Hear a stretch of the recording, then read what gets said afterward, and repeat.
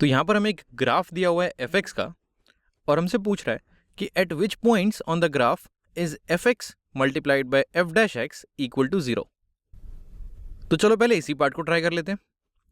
कोई भी दो चीज़ें अगर मल्टीप्लाई होकर 0 बन रही हैं, इसका मतलब ये है कि इन दोनों में से कम एक चीज़ तो 0 हो गई।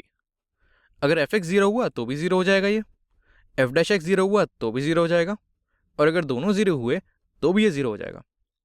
तो अगर मैं एफ एक्स की बात करूँ, अगर मैं देखना चाहूँ कि मेरे फंक्शन का आउटपुट यानी कि एफ एक्स ये 0 कहाँ हो रहा है, तो ये जो पॉइंट्स मुझे लेबल किए हुए हैं A B C D E और एफ, इन सारे पॉइंट्स पे मेरा जो आउटपुट है वो कुछ ना कुछ पॉजिटिव वैल्यू है। हाँ, मेरा एफ एक्स 0 हो रहा है इस पॉइंट पे, लेकिन इस पॉइंट को उन्होंने लेबल नहीं किया हुआ। अगर हम अपनी तरफ से इसे लेबल कर देते, मान लेते हैं इसे हम जी मान लेते, तो ये जी पे 0 ज़रूर हो जाता। तो यहाँ मैं लिखना चाहूँ तो मैं लिख सकता हूँ कि जी पे इसकी वैल्यू 0 हो जाएगी। लेकिन अब ज़रूरी तो है नहीं कि हम एफ एक्स को 0 करें, हम चाहें तो एफ डैश एक्स को 0 करके भी इस एक्सप्रेशन को 0 बना सकते हैं। अब इस एफ डैश एक्स का मतलब क्या हुआ?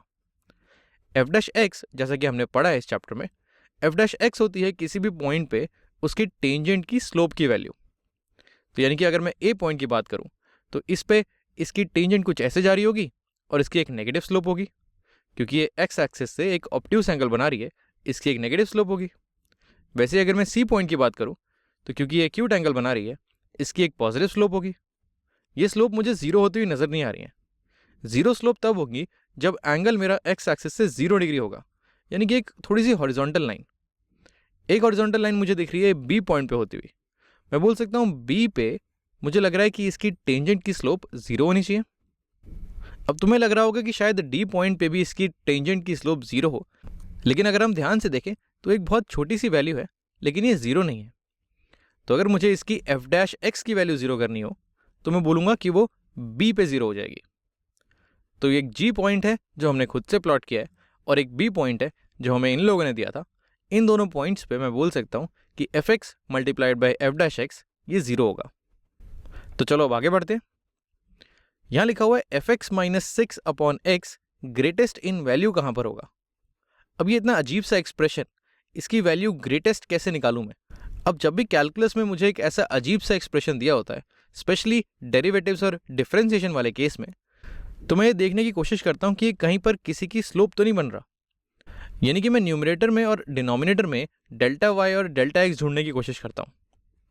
और मेरी सलाह भी तुमसे यही रहेगी कि जब भी तुम्हें ऐसी कोई चीज़ मिले, तुम ढूंढने की कोशिश करो कि ये किस चीज़ की स्लोप बन रही है। तो अगर मैं ध्यान से देखूँ, इस एक्सप्रेशन को अगर मैं यहाँ पर लिखूँ, ये लिखा हुआ है एफ एक्स माइनस 6, यहाँ मैं 6 लिखता हूँ, डिवाइडेड बाय एक्स, लेकिन यहाँ पर भी तो कुछ होना चाहिए, क्योंकि डेल्टा वाई है तो नीचे डेल्टा एक्स भी होना चाहिए।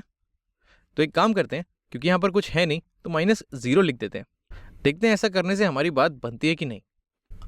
अगर मैं देखूँ, इसको अगर मैं डेल्टा वाई और इसको अगर मैं डेल्टा एक्स मानूँ, तो ये एक स्लोप लिखी हुई है। ये लिखी हुई है स्लोप ऑफ, यहाँ मैं लिखता हूँ slope of secant line passing through एक पॉइंट होगा मेरा x कॉमा एफ एक्स, तो एक पॉइंट होगा मेरा x कॉमा एफ एक्स, और दूसरा पॉइंट होगा मेरा 0,6 एंड 0,6। इन दोनों पॉइंट से पास करने वाली जो भी लाइन होगी मेरी, उसकी स्लोप मेरी ये लिखी हुई है। यानी कि मुझे देखना है कि इन दोनों पॉइंट से पास होने वाली लाइन की स्लोप मैक्सिमम कहाँ पर हो रही है। तो अगर मैं प्लॉट करूँ 0,6 को, जब x मेरा 0 है तो y मेरा 6 होगा। ये तो a पॉइंट दिया हुआ है हमें, यानी कि ये जो पॉइंट है मेरा ये a है। तो अब मुझे देखना है कि इन बाकी पॉइंट्स में से इस x की जगह कौन सा पॉइंट फिट होगा। अलग अलग x की वैल्यूज़ के लिए मेरी अलग अलग स्लोप आएगी।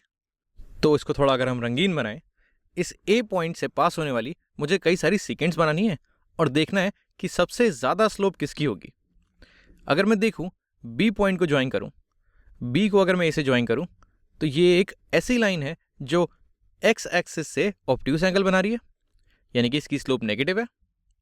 कोई बात नहीं, आगे बढ़ते हैं। अगर मैं सी पॉइंट से ए को ज्वाइन करूं तो ये भी एक नेगेटिव स्लोप है, लेकिन क्योंकि एक ज़्यादा बड़ा ऑब्ट्यूस एंगल है तो इसकी स्लोप थोड़ी कम नेगेटिव होगी। चलो और आगे बढ़ते हैं।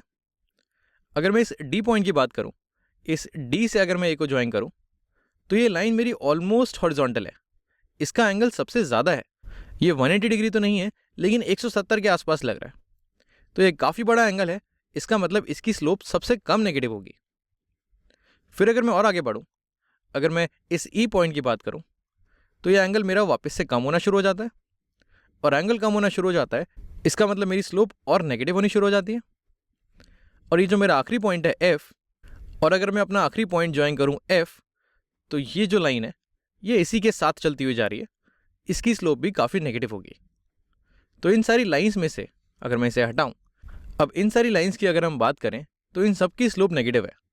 अगर मुझे ग्रेटेस्ट इन वैल्यू चाहिए तो मुझे ये देखना होगा कि सबसे कम नेगेटिव किसकी स्लोप होगी। सबसे कम नेगेटिव स्लोप उसकी होगी जो जीरो के सबसे ज़्यादा पास होगी। अगर मैं नंबर लाइन बनाऊं, ये मेरा जीरो है, यहाँ पॉजिटिव वैल्यूज़ हैं या नेगेटिव वैल्यूज़ हैं, जो नंबर जितना ज़्यादा नेगेटिव होगा वो उतना ही छोटा होगा, यानी कि यहाँ पर जो नंबर होगा वो मेरा छोटा होगा कंपेयर टू जो नंबर मेरा यहाँ पर होगा। ये कम से कम इससे तो बड़ा है, माना है दोनों नेगेटिव हैं, लेकिन ये वाला नंबर जो जीरो के पास है वो इस नंबर से बड़ा होगा। तो यानी कि सबसे बड़ी स्लोप मेरी इस डी पॉइंट की होगी, तो यानी कि ये हो जाएगी मेरी ग्रेटेस्ट वैल्यू।